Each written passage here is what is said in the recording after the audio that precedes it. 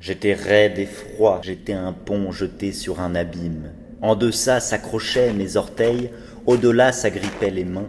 Ma bouche mordait désespérément dans la molle argile inconsistante. Les pans de mon habit flottaient à mes côtés. Du fond du gouffre montait le fracas du torrent glacial où les truites allaient et venaient. Aucun touriste ne se hasardait dans ces altitudes désertes. Le pont n'était pas encore mentionné sur les cartes. Ainsi je gisais dans l'attente et il fallait attendre.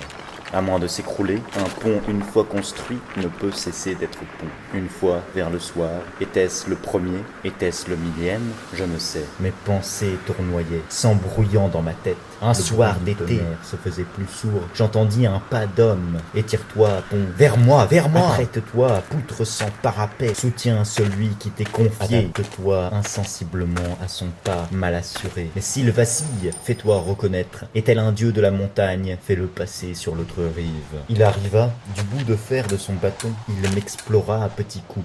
Puis, soulevant les pans de mon habit, il les arrangea sur mon corps. Il passa la pointe du bâton dans mes cheveux embroussaillés, et jetant autour de lui de sauvages regards, il y laissa un long moment. Puis, comme justement je l'évoquais par mon et par vous, il sauta à pieds joints au milieu de mon corps. Je tressaillis sous la douleur aiguë sans rien comprendre. Qui était-il? Un enfant? Un rêve? Un voleur de grand chemin? Un candidat au suicide? Un tentateur? Un démolisseur? Je me retournai pour le voir. Un pont qui se retourne. Je n'avais pas fini de me retourner que déjà je tombais. Déjà j'étais déchiré et transpercé par les cailloux pointus qui m'avaient toujours si paisiblement regardé du fond de l'eau furieuse.